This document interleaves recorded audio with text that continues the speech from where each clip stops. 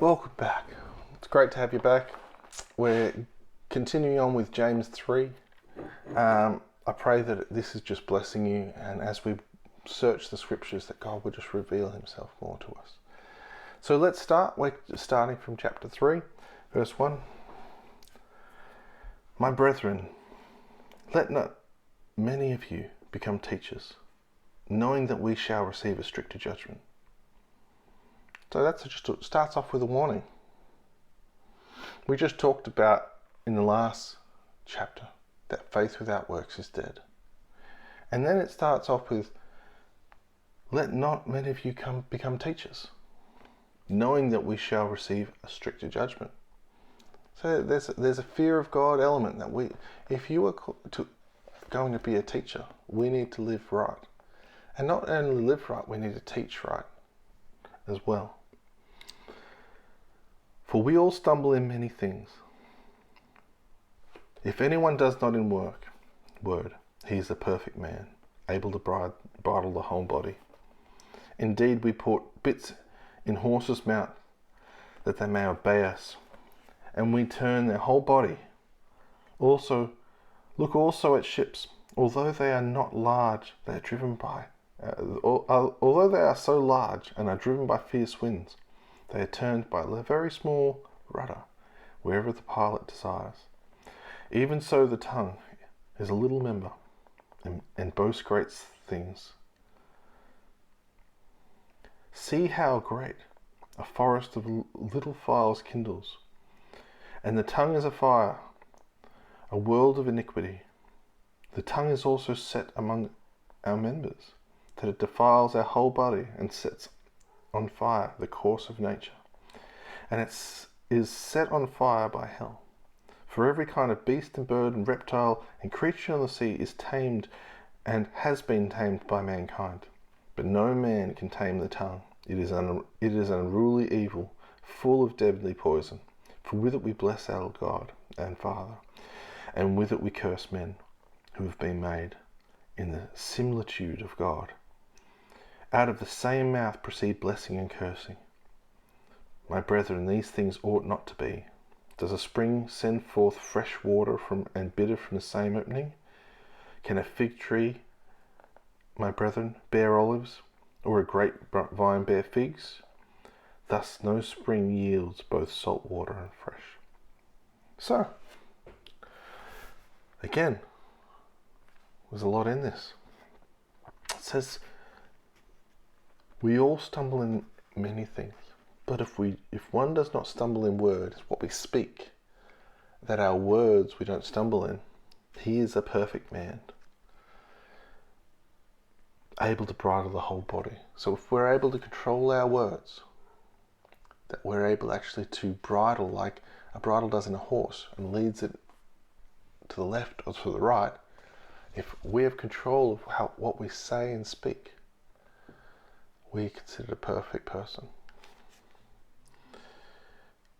And it gives you these pictures of a boat with a small rudder. A boat is so big, tossed about, blown around by the wind.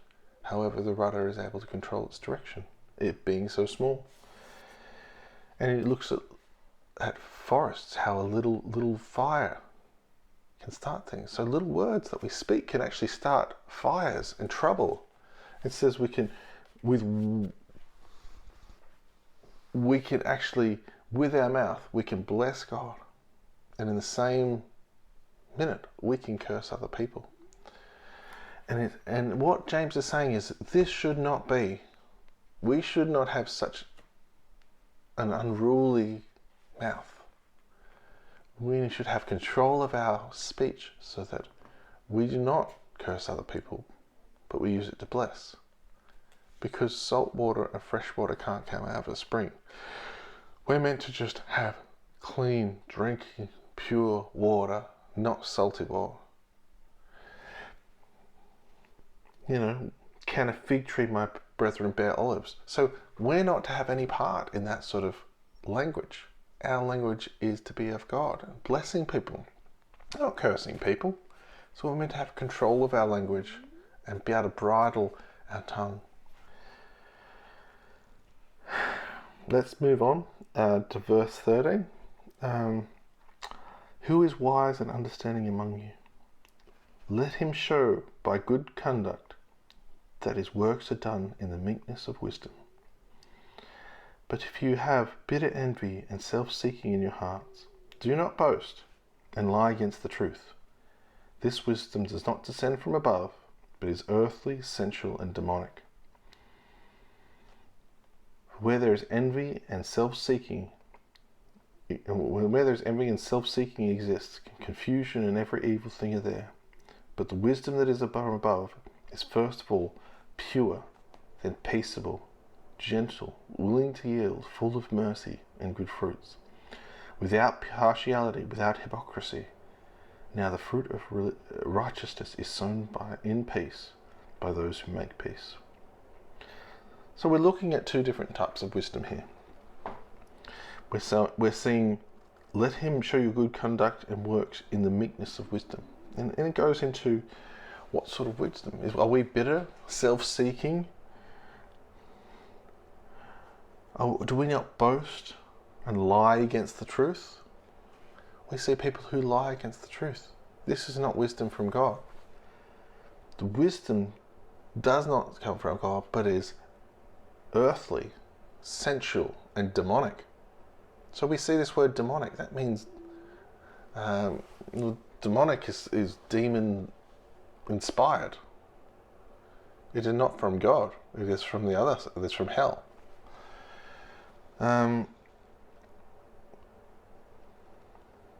For where envy and self-seeking exist, confusion and every evil thing are there. So it says this wisdom brings about confusion, and actually it brings evil. But the wisdom from God is pure. So pure it means that you don't have an agenda. It means that you're not trying to manipulate or control anyone. It is pure, without blame.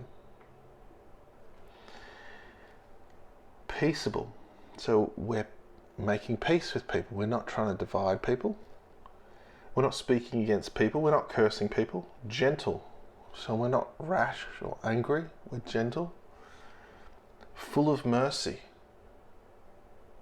Yeah, that's a good one.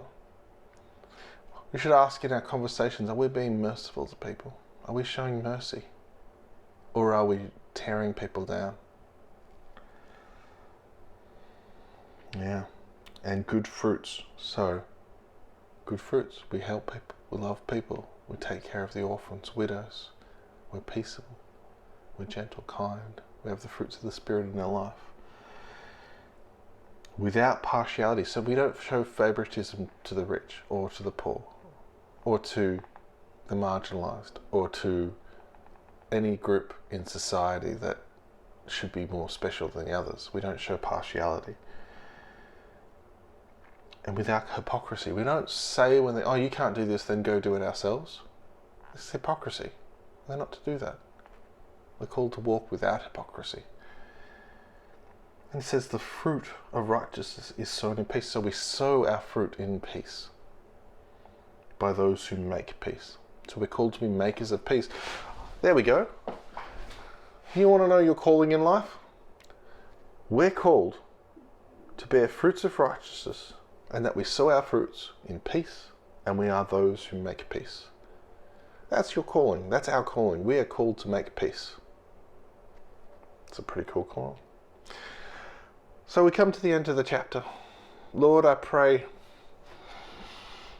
that you would have spoken to people through this. That, Lord, that we'd be cautious on how we use our tongue. That you would teach us how to control and cause our tongue to not say frivolous things, not curse people, not gossip. Lord, keep our tongue for blessing you and honouring you and loving people and sowing peace and being makers of peace. Let us have godly wisdom, not earthly wisdom or demonic wisdom. And Lord, I pray as we go about our day, that you would reveal yourself to us And as we seek you more, your scriptures would just come alive. Oh, Jesus, I bless your name. Amen. So we'll continue on with the next chapter in the next video. Have a great day, guys. See ya. Bye.